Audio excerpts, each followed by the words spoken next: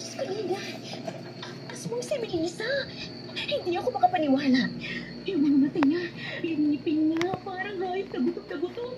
Hindi ko alam kung paano ko nakakaya magsalita ngayon. Si Randy, Divina, balikan natin siya. Hindi natin siya pwedeng iwan. Tumangi tayo ng tulong sa pulis, sa barangay, kahit kanino. Hindi tayo pwede tumahimik lang. Wala na siya, Dina. Nakita mo naman, diba? Halos yung mga ng huli sa katawan niya. Tumuli at buligtas. Nagpapatakot yung ginawa ni Melissa. Pero hindi pwede basta na lang natin palampas ito.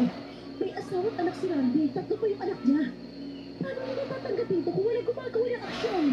Dapat may hustisya. Hindi na nga eh. May asawa at anak na pero nakipagrelasyon kay Melissa. Hindi na importante yan sa ngayon. Ang importante, may halimaw na gumagala. Pumunta tayo sa police station. Sabihin natin ang lahat ng nakita natin. Kahit sabihin natin hindi sila maniwalagan, kailangan natin subukan. 1 oras pang biyahe papunta ng Dina. At kung totoo ang hinala mo, baka papalit natin, wala na pati ni Randy. At isa pa, paano mo malaman ni Melissa na tayo ang nagsuplong sa kanya?